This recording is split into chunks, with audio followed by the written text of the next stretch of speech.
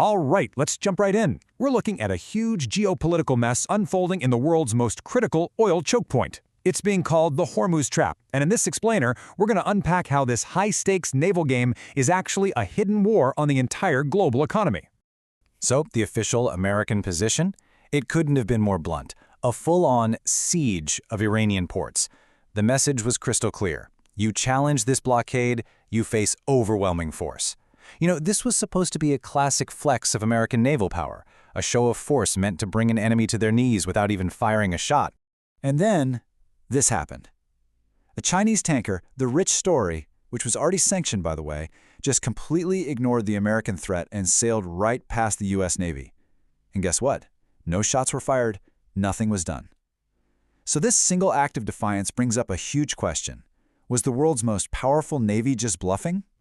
Yeah, that one event led a lot of critics to call the whole operation a paper tiger. It's a term that perfectly captures this feeling, this disconnect between the threat that was made and what actually happened. Let's dig into that. See, for decades, American military power has been the ultimate don't even think about it card. But when the Rich Story just cruised on by, it sent a signal to the entire world that maybe something has changed. The tiger looked fierce for sure, but when it was actually challenged, it didn't bite. But here's the thing. This wasn't just about military posturing and warships. While the news was all focused on the ships, the real battle, well, that was being fought somewhere completely different, inside your wallet. That's a fair question, right? I mean, why should a naval standoff happening thousands of miles away matter to any of us? Well, the answer is that the Strait of Hormuz isn't just some strategic spot on a map. It's basically a pipeline that's connected directly to the global economy and, yeah, to your cost of living. And the most immediate consequence? Everyone felt it at the pump. Americans saw a 40% jump in gas prices since this whole crisis kicked off. So basically, every time you fill up your car, you're paying a kind of tax for all the instability happening in the Strait of Hormuz. But the pain isn't just being felt here. Our allies in Europe, they're looking at a staggering $22 billion hike in their energy bill. And that is the crucial point. This enormous economic pressure explains exactly why our NATO allies have been so quietly refusing to back the American blockade. They literally can't afford to. So, if the U.S. is looking like a paper tiger and its allies are backing off, who's propping Iran up? Well, this is where we get to the hidden players working behind the scenes, what's being called a Sino-Russian shadow axis. The strategy they're using is something called shadow coupling. It's a really powerful idea where Russia and China team up, coordinating their economic power and their intelligence networks. And their goal? To build a whole parallel system that's immune to Western sanctions, one that can directly challenge American dominance on the world stage. Okay, so let's break down who does what. Russia plays the role of the intelligence engine. They're reportedly feeding Iran precise satellite coordinates to help them target assets in the region. And meanwhile, China?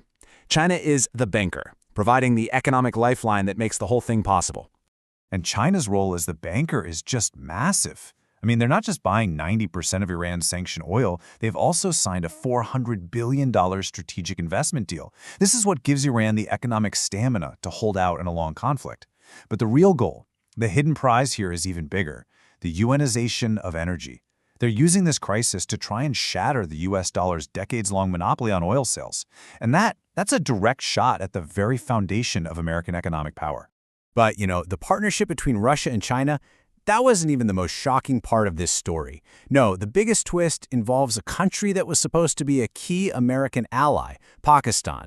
So while the whole world had its eyes on the US, Russia, and China, Pakistan was quietly playing this very dangerous and very profitable double game.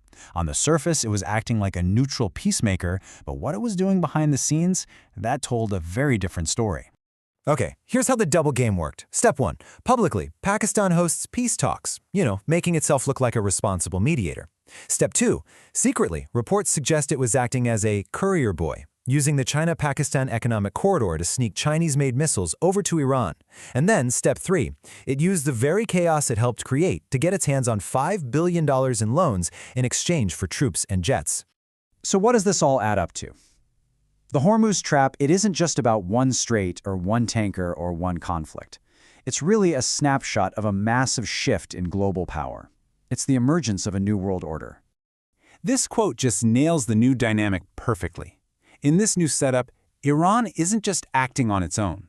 It's become a strategic tool, a button that China can press anytime it wants, to create global economic pain, pull America's attention away from other things, and push its own agenda on the world stage.